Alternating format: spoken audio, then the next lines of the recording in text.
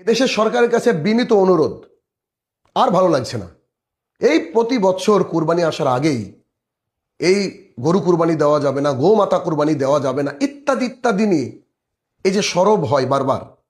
আমি একজন মুসলমান হিসাবে, একজন দিনের দায়ী হিসাবে, একজন ইংরেজি টিচার হিসাবে আমি সরকারকে অনুরোধ করব, এই গোমাতাকে হত্যা বন্ধ করার জন্য একেবারে যেটা সবচেয়ে উচ্চতর আইন সেটা করে দেন।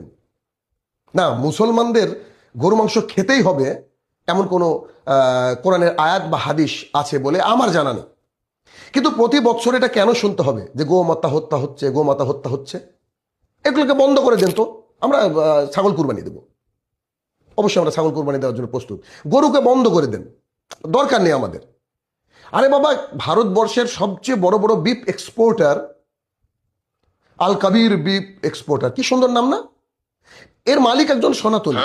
মানে ভারতবর্ষ থেকে যত বিফ মানে গরুর গোস্ত বিদেশে পাচার হয়, বা পাচার বললে বোধহয় ভুল হবে, মানে টাকার কারণে বিদেশে রপ্তানি করা হয়, তার বড় বড় মালিকরা হচ্ছে সনাতনী। তারাই আবার আওয়াজ তুলে, বা তাদেরই কেউ আওয়াজ তুলে যে গো হত্যা বন্ধ হয়। বা এটা বন্ধ করে দেন তো। আর ওই যে গরুর হাটে গিয়ে দেখলাম যে বড় বড় মোটা জোয়ান জোয়ান গরু নিয়ে চলে এসেছে।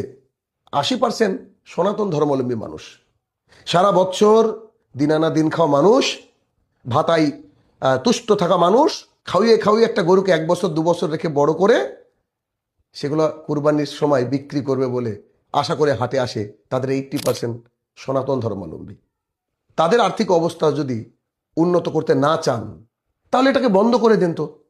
না, আমরা গরুগ্রস্ত না খেলেও মুসলমান থাকবো। ওই যে মুখে দাঁড়িয়ে আছে মোহাম্মদ শাহিনুর রহমান নাম না, মুসলমান তো এমনি আমরা, আধার ভোটার কার্ডেও মুসলমান, অসুবিধা নেই। বন্ধ করে দিন। মানে আপনারা বিফ এক্সপোর্টারে ফার্স্ট হবেন, গরু বিক্রিতে আপনারা ফার্স্ট হবেন, আবার গরু হত্যাতেও আপনারা ফার্স্ট হবেন, আর দুর্নীতিগ্রস্ত আমরা হব, বা আমরা অপমানের বোঝা কেন বইব? আর ভালো লাগছে না। বন্ধ করে দিন তো সব। উচিত বন্ধ করে দেওয়া। সরকারকে অ্যাপিল আমাদের, বন্ধ করে দিন, ঝামেলা শেষ।